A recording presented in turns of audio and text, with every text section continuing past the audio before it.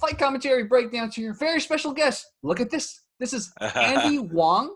He is former professional fighter. You guys probably recognize him from the UFC, ONE FC2, but Ultimate Fighter 5. Andy Wang was on Ultimate Fighter 5. So also Andy is a BJJ black belt. So we got a really talented martial artist here. Andy, welcome. Thanks, Jerry. Well, now that you said I was on Ultimate Fighter 5, you've dated me. a lot of the fans now, they probably, like I said, they're probably just toddlers when that came out. But yeah, thanks for having me on the show. I currently live in Beijing, China. I'm originally from Los Angeles, of course. Actually, going back, so my family, I was born in Taiwan, and my family, they moved to the States around 1975. So, me and my family, we grew up in California. I'm very grateful. I've been in China now for 9 years. My life has changed a lot, since many of the people who are watching your podcast, they may know me from the Ultimate Fighter. My life has changed a lot. I was 29 then. I'm now, actually, today's my birthday. I'm 43. Dude, happy birthday, man. Happy birthday, Andy. So, originally I was going to come out, stay here for 1 year. Me and a friend, we wanted to start a MMA business apparel company. But I ended up staying, man. I really liked it here. But before we even get into that, I see what's going on in America now. Again, my roots, I'm from LA, and a lot of my friends who are gym owners, black belts, whatever, they're having a hard time now. Some of my close friends, actually, they're closing their gyms. So, I'm sorry, wherever you're listening at, we're all being impacted by this. And I hope, everybody is doing okay. That's all we can hope for right now. Everybody's doing okay moving forward. Exactly. So let's talk about your martial arts journey. When did you take your first martial arts lesson? Yeah. Well, it's an interesting story. So I'm dating myself here, but in 1995, when I was a senior in high school, my brother, back in the VHS days, he comes up to me one day at home, because we used to all love watching like Van Damme movies, right? Everybody did, right? Yeah. And so we were always into those movies. And then my brother goes, "Hey man, check out this tape, man. It's like real fighting. It's like Bloodsport. Bloodsport was our favorite movie." So he gives me this tape, and it had UFC 1 through 4 on it. Mm-hmm. So I had heard a little bit about because actually my hometown is Torrance. I'm from Torrance, where the Gracies started. That's where they started. That's where they are now still. So I had always heard a little bit about the Gracies, about these Brazilians who would fight anybody. But anyways, I was in high school. You're a high school kid. What do you know? This is before cell phones. This is before internet, right? So, you only know what you see. Yeah. So anyways, long story short, my brother shows me this videotape. And Jerry, that moment, I can still remember, like, exactly what I felt at that moment. It was 1995. And 25 years ago, basically. But I remember sitting on my bed watching this, and I was just like, my jaw dropped to the floor, totally awestruck. But again, I was just a high school kid, so I didn't think about, to me, honestly, Jerry, it was like watching Robert De Niro. I'm like watching these guys on the screen, and in no way did I think that's my life. It's like I was watching Heat. Heat was a big movie back then. It was like, wow, Val Kilmer, Robert De Niro, they're doing this. They're major action stars on the screen. That's how I felt watching Hoist Gracie, how I felt watching, Tank Abbott, these guys. I was like, wow, like this is incredible, but it has nothing to do with me. But it always stayed in my mind to do jiu-jitsu, because I had wrestled in high school. I played football, like a lot of American kids. And anyway, so around 1996, about a year later, actually I started training in San Fernando Valley. And actually I want to go into that. So now everybody says BJJ. And again, what we said before we went on, I'm not into these titles. I'm not into where we're from, especially now. In this situation, it's all one world, man. Everybody is going through the same stuff. So I started actually, because back then, again, there was no internet really that was open to everybody. You had to open up the yellow pages to see what there was.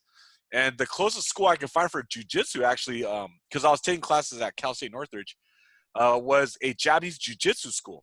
And it was, to be honest, Jerry, I don't care what anybody tells you, man. I have now been training jiu-jitsu since 1996, right? I don't care what anybody says. Japanese jiu-jitsu is a very effective self-defense system. I'm grateful that I started with those guys. I still remember, actually, my original instructor in Japanese jiu-jitsu is Ron Thomas, who is one of the actors in the Cobra Kai. And he was Bobby in Cobra Kai. So I just saw him. They brought him back for one of the Cobra Kai episodes. He was the one that swept Daniel LaRusso's leg. Wow. But he's an actual real jiu-jitsu black belt. He's a 6th degree black belt now. But I don't want to get all into it. But I gotta tell you, Jerry, like I don't know how your interview with Andy went, but I found myself now. Maybe it's because I'm older. I don't know. I'm a father now. I'm married, but I don't like the way MMA is going. I don't like the way BJJ has gone. I think there's not a lot of respect now. And I understand, like I said, Colby Covington, Conor McGregor, like they want the big money fights. You got to talk a bunch of crap. It's just how it is. But I see it now in Jiu Jitsu. I see it now in MMA a lot, where, again, I've been coaching for a long time now. And these kids come in and they want a shortcut to the top, right? And they think the way to do it is be brash, be egotistical, be all this. And it brings you back. I can't change the world. I'm not saying it's right or wrong. It's just different time. I know I'm from a different era. But it brings me back to when I started training Japanese Jiu-Jitsu with Ron Thomas, Todd Williams, Rob Levy. And it was great because it was very traditional. It was like a judo gym, bowing. We all wore nice uniforms, clean uniforms, and we respect each other. And I miss those days. Maybe those days are gone, Jerry. I don't know. But I really miss those days, man. So that was how I started, man. 1996, trained Japanese Jiu-Jitsu with the Cobra Kai.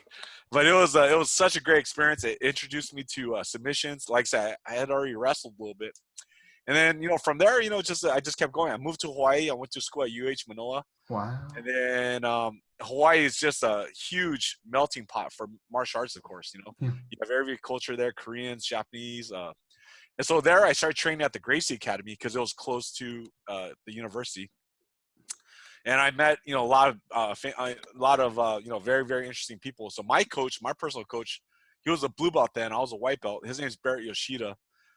He's still my coach today. I still call him, my master, Wow. And yeah, with Barrett was always, how should I say? Barrett was actually, again, you meet these certain, I don't know how old you are, Jerry. Like I said, today I turned 43. Mm-hmm. And I feel like you meet these people in your life that change. Like if my brother didn't give me that videotape when I was 18, maybe I would have been an architect. I don't know. You know what I mean? Maybe I went and told, but it stayed in my mind. I started doing a little bit of Japanese Jiu-Jitsu, not a lot. Like I said, I was still a college student. You don't have a lot of money. You don't have a lot of time, but I enjoyed it. So when I went to Manoa, I want to keep training. I knew there was a Gracie Academy nearby. The first day I showed up, Barry Yoshida, who then and now is, he's a head shorter than me, and he was probably about 135 pounds. You know what I mean? And as soon as I walked in, my first day, this is 1997 now. My first day, he says to me, he goes, "Hey, do you want to roll? Do you want to spar?" And I was probably like 190 pounds back then. I was lifting a lot of weights, blah, blah, blah. And I looked at him. I was like, of course I want to spar with you. Like, I'm going to beat your ass. I'm going to beat your head in. Barrett submitted me. I'm not exaggerating, Jerry. Barrett submitted me like 12 times in like 4 minutes. Wow. And that, to me, changed my life. I was like, man, this is the most incredible thing I've ever seen in my life. You know what I mean? Because I'm from LA. I don't care. And I try to tell my students here. I teach high school, middle school at a private boarding school here. And a lot of these kids are going to America soon for college. They're going to California. They're going to Ohio. And I tell them, man, I'm like, look, guys, like you got to understand, like laws in China and laws in America are different. You understand, right? You're from China originally. You see how it is. I'm sure you see a lot of crazy stuff in Venice. You walk down Venice, you see all kinds of crazy stuff. Yeah. And what I'm trying to say is like, actually there's a recent video. I don't know if you saw it. I think it's Chinatown, New York. But two guys get a mean fight. It's in Chinatown. One guy falls to the ground. The other guy's like kicking him in the head, stomping the head. Nobody stops. The police don't even stop it. You know what I mean? Like nobody's stopping it. And what I'm trying to tell these kids is like here in China, it's like gall call, right? Yeah. Do well on your tests. Go to college, get a good job. But America, especially being Asian American, for me, like always in the back of our mind was self-defense. Like, all right, man. Yeah. Because, in high school, like I said, I was working at Wiener Schnitzel. I was, like American kid. I was working fast food. We got robbed, gunpoint. So I had guns put in my face when I was 16 years old, 17 years old. And that changed your life, man. So, when I was in high school, I was already like, very, very aware, like said, like, as an Asian, there's perceptions and we have to be able to protect ourselves. And that's what got me into wrestling. That's what got me into football. You know what I mean? I wanted to learn the physicals.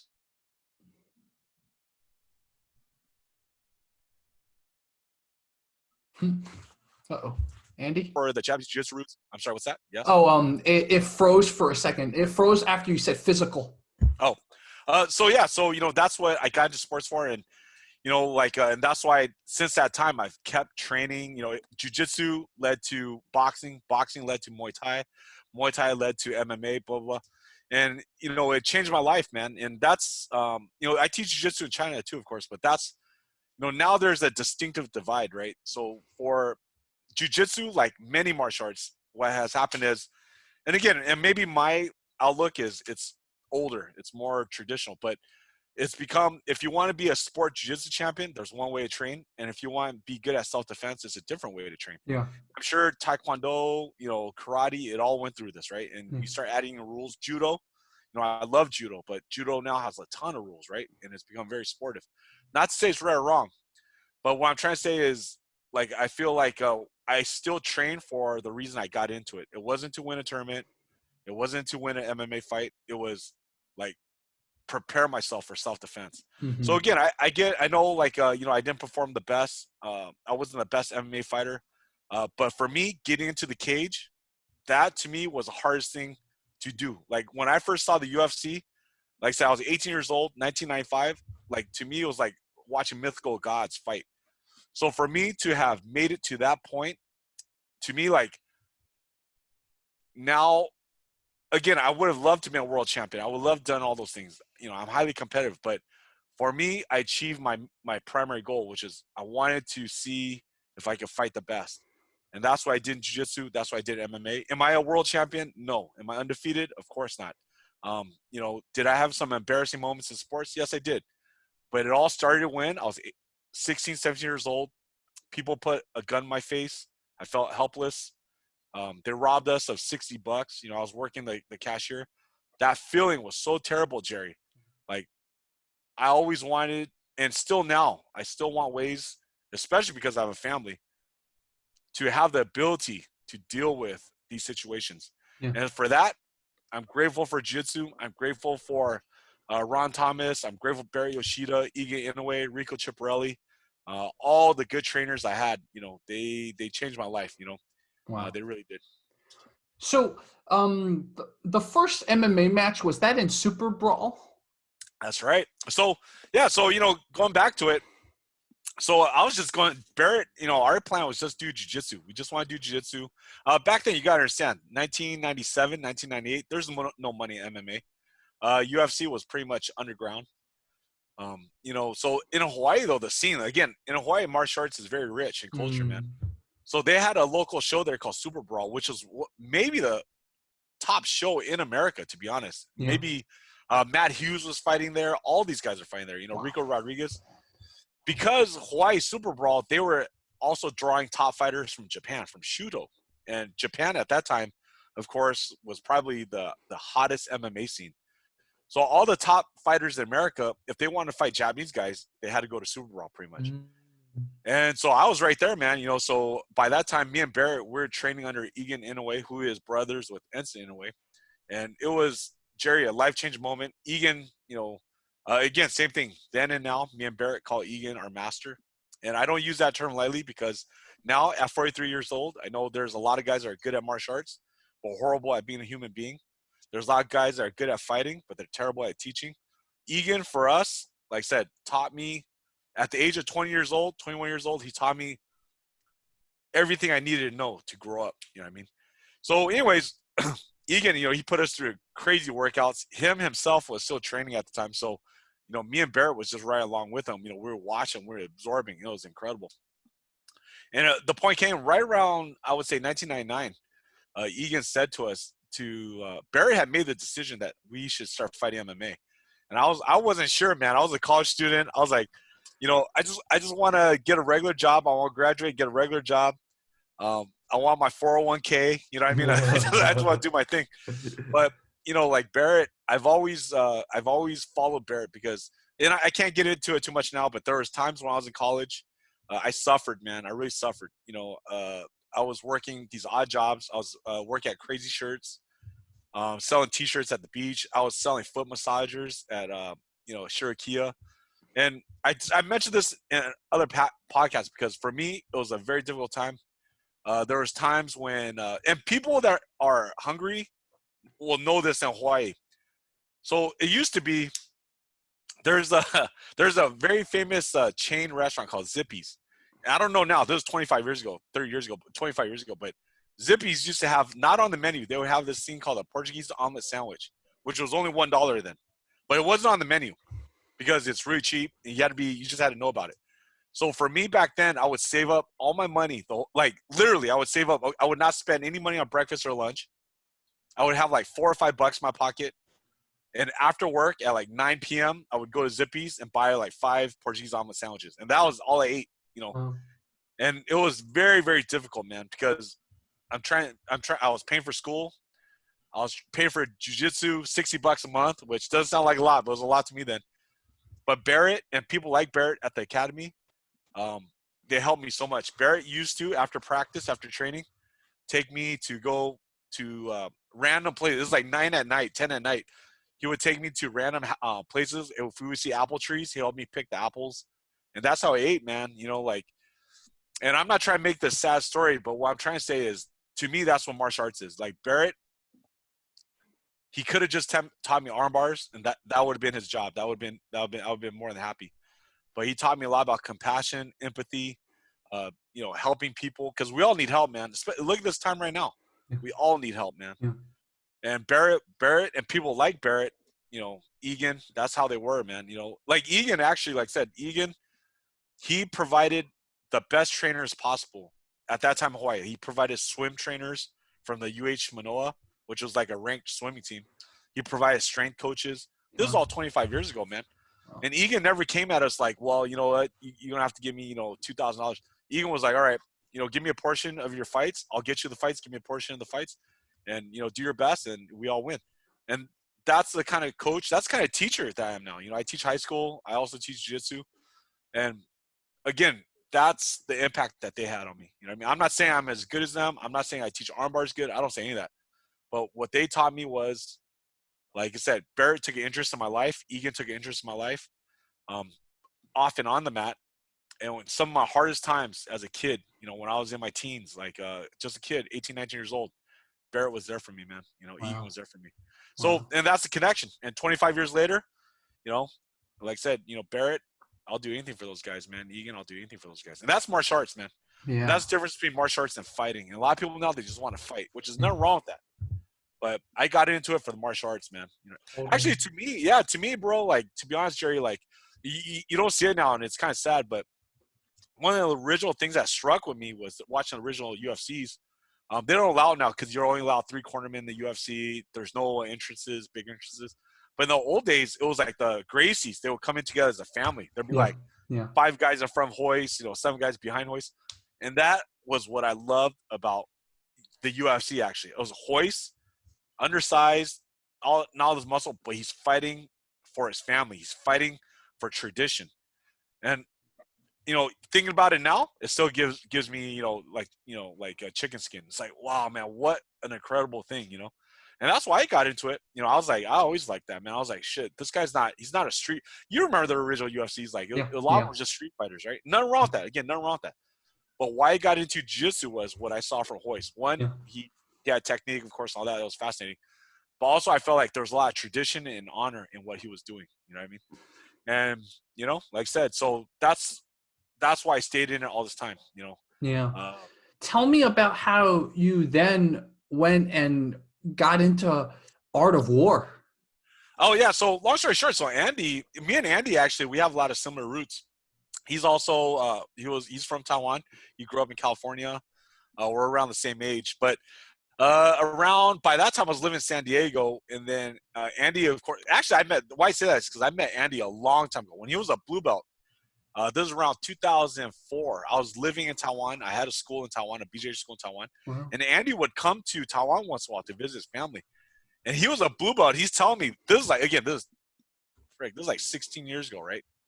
He's telling me, yo, man, I'm going to start this promotion in China. It's going to be called Art of War. And I'm like, man, are you sure? Like, I'm like, that's hard to do, man. That's going to be really hard to do. But he would bounce ideas off me. And I would see him like once every 4 or 5 months. Fast forward like 2000, 2000, whatever, like 2009, he calls me up. He goes, hey, man, I had already heard about Art of War. By then, Art of War was the top promotion, I would say, in China, in Asia. And he calls me out. He goes, would you like to come fight? Blah, blah, blah. And I went out to do it. And again, I'll say this. Anybody that asks me, Art of War, I hope it comes back. I don't know the situation, but Art of War was without a doubt to me the best promotion, from production to matchmaking to the caliber of fighters. It was the best promotion in Asia. And I hope they do come back, because Andy, say what you want. Like I said, Andy, he has his ideas. I have mine. But Andy, everything, like from my experience, the Art of War, he wanted to put on a really good show. He got the best Japanese fighters, the best Chinese fighters. Andy was the first one to create a pro MMA team in China. Yeah. He had a team, and out of that team, Jerry, was, his eye for talent is undeniable. Out of that team was Zhang Tran, all these guys, the best fighters in China came from that team. Yeah. He was the one that gave him the training. He was the one that gave him the fights. So nothing but respect for Art of War. I hope they come back. I know Andy still has the title of Art of War. Yeah. I'm talking to Andy. Potentially, there might be something. So for viewers watching, we'll keep you updated on that. Definitely. That'd be good. Because that was my misconception, Jerry. When I first came out of China, I thought there'd be a ton of MMA fighters, but really there's not. And right now the UFC has taken up all the, I would say, A to C plus talent. They've all locked up. And it's a smart move, So when they opened up the UFC Institute in Shanghai, they're giving out scholarships now for training, which is good, man. It's great for Asia. But there's just not as many top-level fighters as you imagine here. And so the UFC's taken them, and they've developed them. But I would like to see, same in America, I would like to see more competition. It makes everyone better, right? Yeah. And I would like to see, because right now you see how it is. The UFC now, there's shows, so many shows, so many fighters. And a lot of fighters are getting in now with only 4 or 5 fights, which is okay. But I think there needs to be more events to build up these fighters. Build them up, give them more time, give them more development. Whether it's amateur system or other pro events, I think it'd be good. But exactly. I'm cheering for Andy to come back. I'm cheering for Art War to come back. Again, I'm 43 now, so maybe I can't be a fighter, but I'm happy to be a referee. Yeah, be a ref judge. or a judge or something. Yeah. But so I worked with Rebel. Rebel's a really good show out of Singapore. I speak highly of those guys too. They when the show comes back, hopefully. When events are allowed to come back, I would love to see Rebel come back. They're doing good things. They're trying to put on more shows. But that's what I like to see. I miss the Pride days. I don't know, how you feel about those things. I'm glad to see what the UFC's done. It's amazing. I was a part of it a little bit. To see how hard Dana White works, to see how hard the Fertittas work. They deserve all their success because that sport was almost dead when I got into it. Wow. So nothing but credit and respect to what the UFC has become. Yeah. And I don't know, your listeners' background, but people talk trash, right? Dana, this, whatever. You can say what you want, but try to start your own business, man. Like just starting a small jiu-jitsu school. Do you know how hard it is, man? Like, so what Dana faced back then, the senators of the United States were against MMA. Yeah, totally. And it's for them to turn it all around. I don't care what anybody says. They deserve all their success, the billions, whatever. But I still do feel, there's room, again, for Shuto, Pancreas, Art of War, Pride, man. Bring these shows back, please, man. Yes. Bring them back, Agreed. Tell me about how you got involved with the Ultimate Fighter. Yeah, so that's an interesting story. And before I go in and say anything else, like I said, I know a lot of people, I got a lot of criticism for it. And obviously, I deserve it. What I will say about the Ultimate Fighter was I went on there fully expecting to win. I had trained so hard. I was literally training like 6 hours a day, every day, with the best trainers possible. And to me, the Ultimate Fighter, this was a new thing back then, right? It was a platform for me to show the good work that my coaches did, the good work my parents did, the good work that my family did, and it just fell apart. It didn't go, everything went wrong for me. It's my fault. I lost the fight, all that stuff. I overreacted, all that stuff. It happened to me. So I'm more disappointed in that I didn't get to show what I could do, what all the people that invested in me, all the good trainers I had, all the good, family members I had. So for me, it was devastating because I really went on there expecting to win, really expecting to win.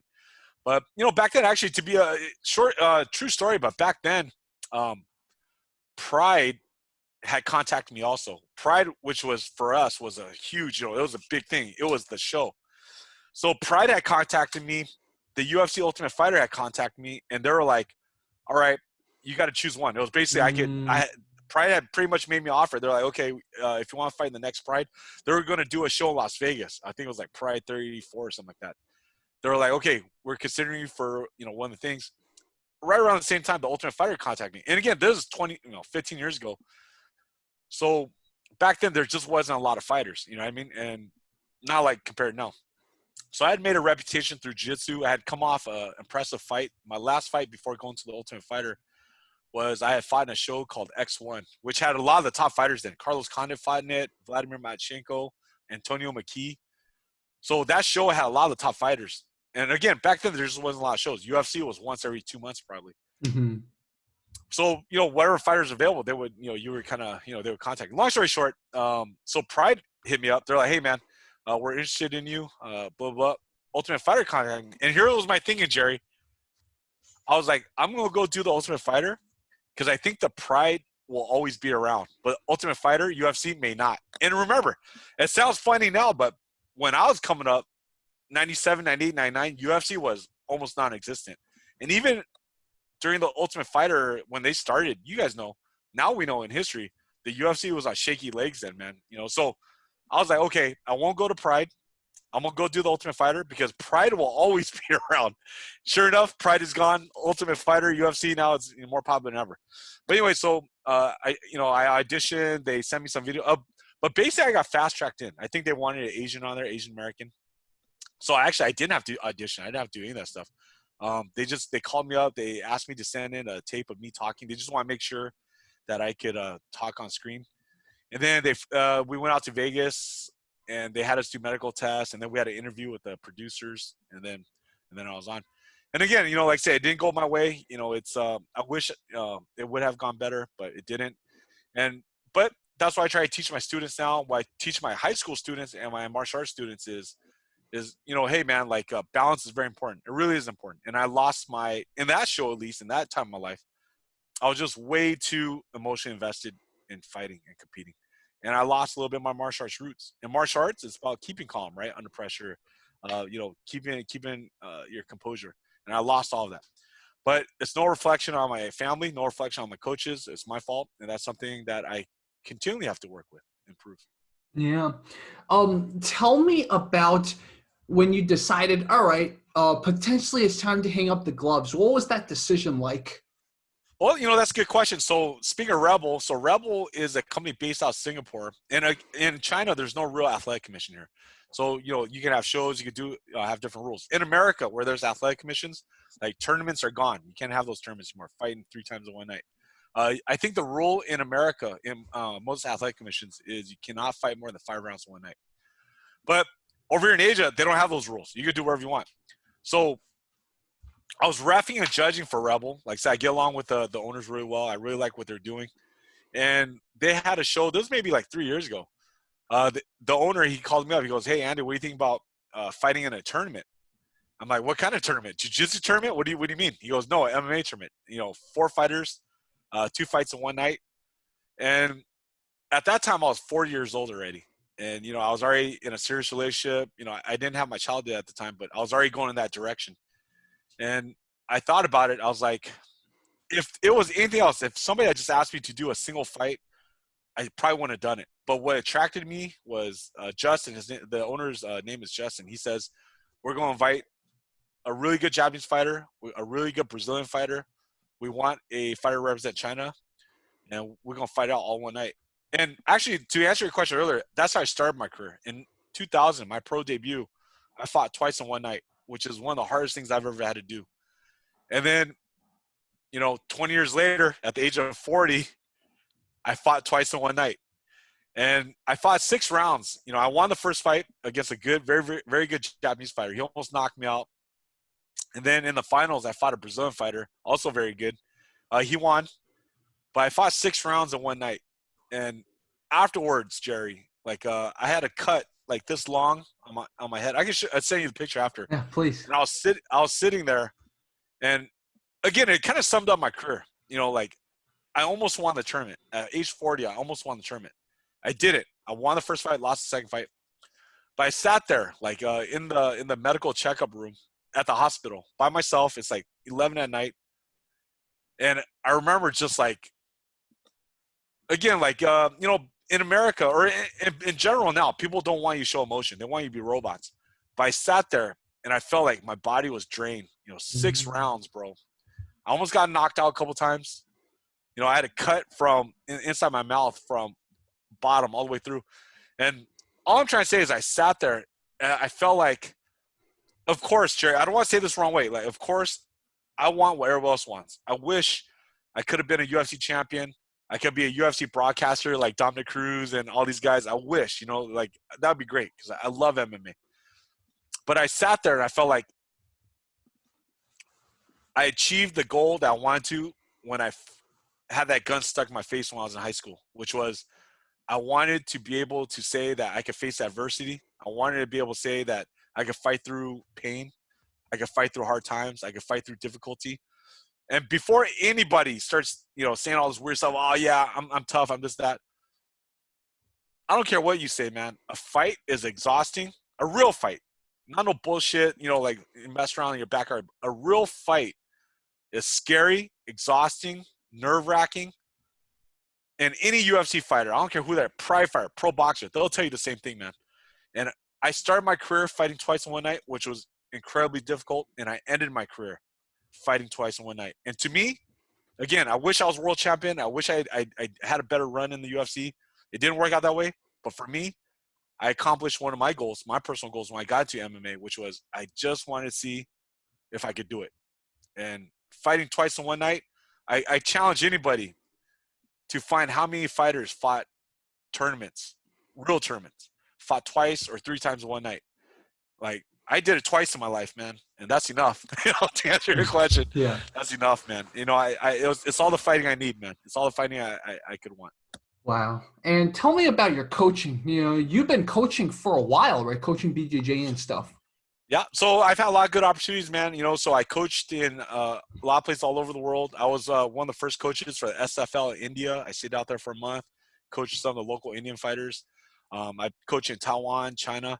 So actually, one of my early students in China is Zhang Weili, who is now the women's champion. So I have pictures. And actually, before I go further, and I've mentioned this in other podcast interviews too, but Zhang Weili, guys, girls, if you're listening to this and you want to follow someone on Twitter or you want to be like somebody, please follow Zhang Weili.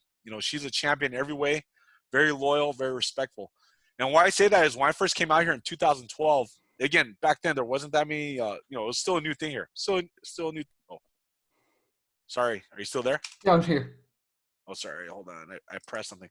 Uh, Anyway, so when I first started coming out here to train, I was at China Top Team. And at that time, Zhang Weili was there. And again, I didn't know who she was. She was just a normal person training. I had no outcome on her career. Like, I had no outcome. I trained with her. I taught her a few things. A year ago, 2 years ago, before her title fight, I'm starting to get calls from the media here in China. They're like, hey, we want to talk to you. And I had totally forgotten, this was like 7 years ago I was training with Zhang Weili. I had totally forgotten that time. And I said, what's up? They're like, hey, Zhang Weili, she's getting ready for her title fight. I said, yeah, that's all good. What's up? They're like, hey, she mentioned you as being her first jiu-jitsu coach. And I was blown away, Jerry. I was blown away because to answer your question, again, I've made my mistakes in my career. I haven't always been this model guy. We learn things as we mature. And what I'm trying to say is Zhang Weili, at a very young age, with immense popularity here in China, she still remembered me. And I didn't ask her to remember me. I didn't, out of the goodness of her heart and the kind of person she is, she told the media that, hey, man, I was there in the beginning. And I'm very grateful for that. Because as a coach, you see that now. Guys come in, they don't know how to tie their boxing gloves. They don't know how to tie their wrestling shoes. It's true. They don't even know how to tie their belts. Nobody does. We all learn as we go along. And then they win a couple of tournaments at blue belt. And then, they say bad things about you. They leave you. And that's all fine. Like I said, I made some of those same mistakes. But what I'm trying to say is Zhang Weili, I will always respect her because, like I said, she remembered me at the beginning. Her career in the UFC has nothing to do with me. It's all her hard work, all her, perseverance.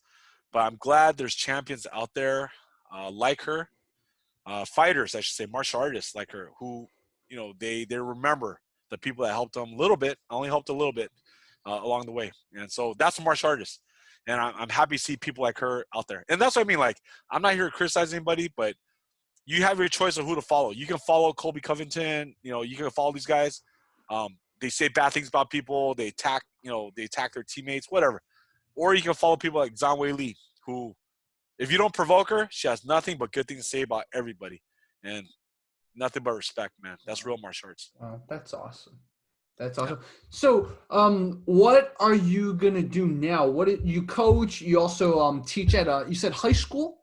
Yeah. So actually, little known fact, before I was in the UFC, actually, before I got into Ultimate Fighter, all that, I was already a high school teacher. Mm-hmm. My goal, thanks to the good coaches I met when I was in high school that I had in football, wrestling, these things, I had good coaches. They influenced me to become a high school teacher and a coach myself. So when I was 23, actually, I was already teaching at LA Unified. I was a high school teacher at LA High School, which was an incredible experience. 4,000 students, 150 teachers, year-round schedule. So it was madness, like every day. So I was teaching them. And so I have a master's degree in education. I have a California teaching credential. And so teaching is something I've always enjoyed, teaching kids. And that's what I'm doing here now. Originally, I came here, of course, to coach. But since I became a family, I have a family now. So I need that regular schedule. When you run a gym, you're gone all day, man. Yeah. And when you come home, you're exhausted. And again, shout out to, I'll say this right now. Again, I know this is not the topic of our podcast, but shout out. If you're a good parent, if you're there for your kids, I have never realized how much work and concentration it requires. So I'm saying this for my own parents, man. My mom and dad immigrated to America from Taiwan. Then and now, my parents don't speak very good English. My dad is still at the age of 75, 76 working in a restaurant now. They owned their own restaurant for a long time. They closed it, but my dad went back to work. But shout out to all the parents. Nothing but respect for all the family members and parents who are there for their kids. They support them. Unbelievable, really. So for me now, to answer your question, Jerry, why I say that, again, I look at my career in MMA. Some things went right, some things went wrong, but I totally overreacted because now as a dad, none of that matters, man. None of that matters, man. I'm being totally honest. I'm not trying to be funny. I'm not trying to be a wise guy. But every day, like I said, and you see a lot because I'm a teacher. You see some parents, they don't care about their kids, man. They don't play with their kids. They don't talk to their kids. I'm not saying that's right or wrong. I have enough of my own problems. What I am trying to say is the amount of concentration it requires to be with your kids every day, it's incredible, man. Mm-hmm. It's incredible. And so for me now, like I said, be able to provide for my family, like that's the most important thing. And I thank God every day that, again, that I'm able to teach kids. Because same as America, I don't know, I hope things get better there. But when things stopped here in China, like all the business stopped. Yeah. Gyms are still closed. So I'm grateful that I'm able to teach, make a little bit of money for my family. And to be honest, to tell you the truth, for me, like I said, I look back now at my career when I was 20 in my 30s. Again, like it's foolish to have thought my world started and ended with an MMA fight or with a BJJ, match. It's nothing compared to what I feel now, for my family. It's nothing, man. Yeah. So if I'm not remembered at all for coaching or, fighting, so be it, man. Who cares, man? Like as long as my daughter and my wife remember me for being, there when they need me, then I don't care about none of that, man. Are you going to train your daughter in BJJ and MMA? Like I said, to me, martial arts, Jerry, now is like, to answer your question. So I am teaching school here. I teach middle school and high school. It's not an easy job. Again, I'd much rather be a UFC commentator, a rebel commentator, referee, fighter, whatever. But it's what I'm doing now because I feel like it helps me. Again, I want my daughter to see like a responsibility. I want my daughter to see me every day, go to work, come back, no questions asked. And when you're a fighter, a coach, you're gone a lot, and a gym owner. So we are opening a gym. We have a gym right now. Gyms are not allowed to open, but I'm still little by little coaching jiu-jitsu. But now it's more health, fitness, and, because I love it. I love being around jiu-jitsu. But, my life now is, like I said, a family, man. Mm-hmm. And I'm, again, I don't want to sound like I'm trying to be a wise guy, but I got married and became a father late in life, in my 40s. And so I thought for some reason, Jerry, I thought it'd be a little bit easier for me, but, learning how to be a good husband, learning how to be a good father, it is, man, it's important to me because I realized I wasn't very good at it. I'm still not very good at it. You know what I mean? So it's very important to me now that I become a very good, I want to be a black belt husband. I want to be a black belt father. That's all I can say. Yeah. So do I teach jiu-jitsu? I do teach jiu-jitsu. Do I teach MMA? Yes, I do. I still enjoy it, but it's not in the same position in my life as it was before. So to be a good black belt in jiu-jitsu or an MMA fighter, you have to be compulsive. You really do. You have to be almost crazy. You have to ignore everything else. You have to ignore hunger, pain. And I think trying to be a father, a good husband and father, I'm going down the same path now. You know what I mean? Where I have to be compulsive about it. You know what I mean? Like, actually, I don't want to, again, take up all your time, but like yesterday, like I took my kid to the park. She had picked up, like, she likes picking up like these little, little rocks and stuff like that. And I turned my head to the side, and without knowing it, she put it in her mouth. You know what I mean? Ooh. And again, right now, especially with, during normal times, 2 years ago, you wouldn't think that much. But now, what I'm saying? There's germs you worry about. And I thought to myself, I'm like, how can I let that happen? You can't take away your attention for one moment. Yeah. And again, same thing in jiu-jitsu, same thing in a BJJ match. In a high-level BJJ match, you can't lose focus for 1 second. MMA, triple that.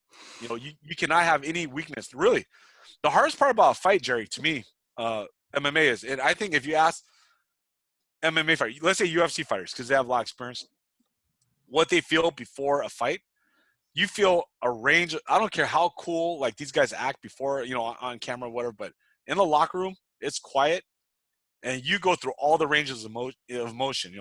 Anxiousness, excitement, confidence, self-doubt. You go through all of it, man. And as a father now, like I said, I feel the same thing every day, man. I'm like, oh man, like, oh man, my kid ate this rock, or oh man, my kid fell down. Right now, my kid, she may have an infection from a mosquito bite. This is like right now, I'm dealing with this right now. And, sorry. And so after I hang up here, we're going to have to go get her antibiotics. And of course, a part of me is like, of course it'll be all right. It's just a mosquito bite, but there may be an infection. And, I'm just saying, like, I don't have time now to like think about, oh man, what would have happened if I would have been a UFC champion? I don't have time to think about that. Yeah. My focus has to be on being a good teacher, so I can be a good father and husband for my family. That's it. Yeah. So interesting. I've talked to quite a few former MMA fighters and stuff who have kids now, and it's like their lives just completely change after they have that kid, man. Yeah. Well, again, I don't say this facetiously at all. I'm not kidding around, Jerry. Like, anybody that is a good parent, good family member, whatever, man, like, you may not be a All-American wrestler. You might not be an NCAA champion. You might not be a UFC champion. But to me, hey, man, much respect, whatever. Like, actually, one of my good friends here, his name's Alex New. He actually fought Izzy in kickboxing in China, Izzy Adesanya. So he's well-known in China. He has a big gym in Shanghai.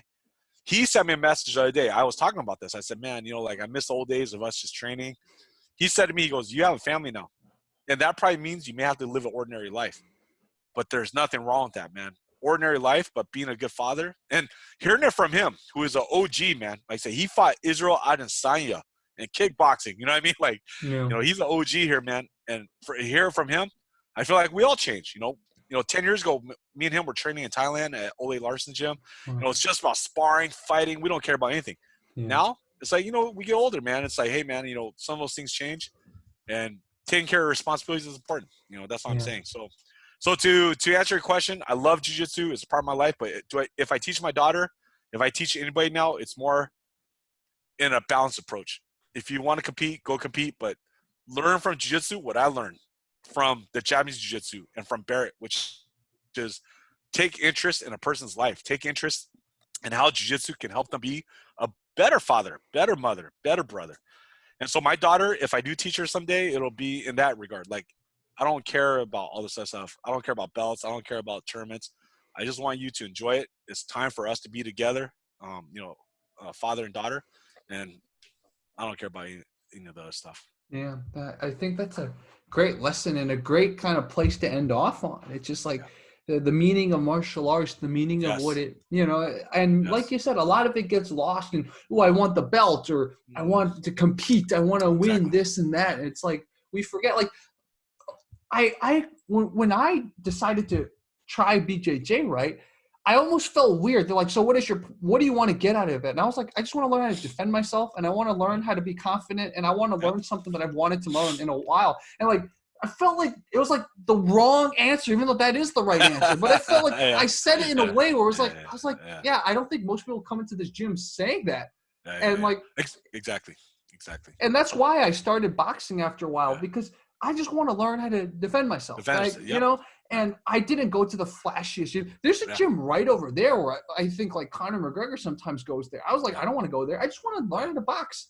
And so like randomly, the funniest story, I was with a viewer of one of my other channels, and we just randomly stumbled on CMC Pro Boxing, which was in Venice. It wasn't even that close to where I live, but it just felt right. I was like, okay, I'm going to try this. And like that, in my opinion, is the martial arts journey, right? That's like, you go in for not wanting fame or anything. You just want something close to you. Like, I never had a gun pointed at my face, but I had a knife pointed at me when I was like 6 or 7. But like, I was so young at that time that I didn't even get the significance of it. You know, I was not my proudest moment. I was bullying a kid, and then one day he brought a box cutter to school and like tried to threaten me. But like, I still think about that now because I didn't have the emotional kind of trauma from it. I think about it logically. I'm like, you know, I want to never be in that situation. One, I don't want to ever bully. And two, if anyone bullies me, I don't ever want to feel helpless. And two, what can I do to use my channel, to use, you know, other platforms to help people not be in that situation too, both not bully and not be bullied. Yes, exactly. That actually, I'm glad you pointed that out. That's something I talk with my high school students about. Like, there's two victims in bullying: the one that bullies others and the one that gets bullied. And martial arts, bro, what you said is true about martial arts. Boxing is a martial art, of course. What we need out of it is how to survive this world, man. Like how to be emotionally stable, how to be confident. And the number one reason to train is self-improvement, self-satisfaction. Yes. And so everybody has different goals, of course. That's why I say the guys that just want to win tournaments, that's fine. The guys that want to be world champion, that's fine. Everybody's different. But I feel like I said, I'm so glad. All I can say is I'm so glad I met, you know, said Ron Thomas, Barry Yoshida, Rico Cibrelli, Egan Inoue, Ensa Inoue, because, you know, they taught me what I wanted out of it, which is answer the bell. I said that before, and I'll always say that again. What did Barry teach me is answer the bell. Like when it comes down to it, when you're scared, when you're nervous, when you don't feel like doing certain things, will you answer the bell? And I would like to end the podcast with that. People, however you want to think of me in jiu-jitsu, MMA, whatever, if you just want to remember me for Ultimate Fighter 5, that's fine. But what I do want to say is if you look back on my career, like I said, I took the toughest fights. I fought these tournaments, MMA tournaments. I fought the BJ tournaments. I fought in ADCC. Kron Gracie choked me out in ADCC. That's fine. But you know what? Not a lot of people wanted to go against Kron Gracie in ADCC. I did. I totally thought I was going to win. I didn't. But if there's one thing you want to remember me for the people that don't know me, I want my family to remember me for being a responsible husband and father, of course. But the people that just want to remember for one thing, I would like to say this. I answered the bell. When I was 4 years old, I started and ended my career fighting an MMA tournament, and I take a lot of pleasure in that. I didn't win, but I took my beating like a man. I've learned, I've improved, and I achieved what I set out to achieve, like you said, which was I wanted to overcome myself. I want to overcome our insecurity, our self-doubt. And MMA, martial arts, jiu-jitsu, martial arts, it helped me do that. So I hope if your listeners, if they train, I hope they get a part of that, whatever their goal is use martial arts to improve yourself, for you to like yourself better, for you to understand yourself better, you know, and you know, if that's your goal for training, man, my doors are always open for you guys, and I hope to meet you guys someday, whether it's in China or in California. Yeah. And to viewers too, if you're not getting at least something out of it that's like helping your confidence or helping your, you know, general life outlook, then I think it's also a time to sit down and really reflect. Maybe you need to go to a different place too. So I think that's another flip side. But exactly. Everybody has. Oh, go ahead. Sorry. No, go ahead. No, I was gonna say, everybody has different goals, and every gym is different. But you know, like I said, for me, I can only speak for myself and what I want what I got out of it for me. And it's like I said, I want people to leave my classes feeling better. You know, feeling like they made friends, that they feel better about themselves. And again, especially now in this time where we're all leery of each other, right? Like you're scared to meet people. Like it hurts your head, man. Oh, Right? it You totally stay home does. all day. And so what jiu-jitsu, what MMA, what martial arts to me is, like I said, that's why I bring up, Zhang Wei Li. Like, it should make us have more gratitude. It Yeah. should make us have more respect. It should have all those things, man. Yeah. As well as learning how to fight. So your boxing gym, it probably doesn't require bowing or a uniform.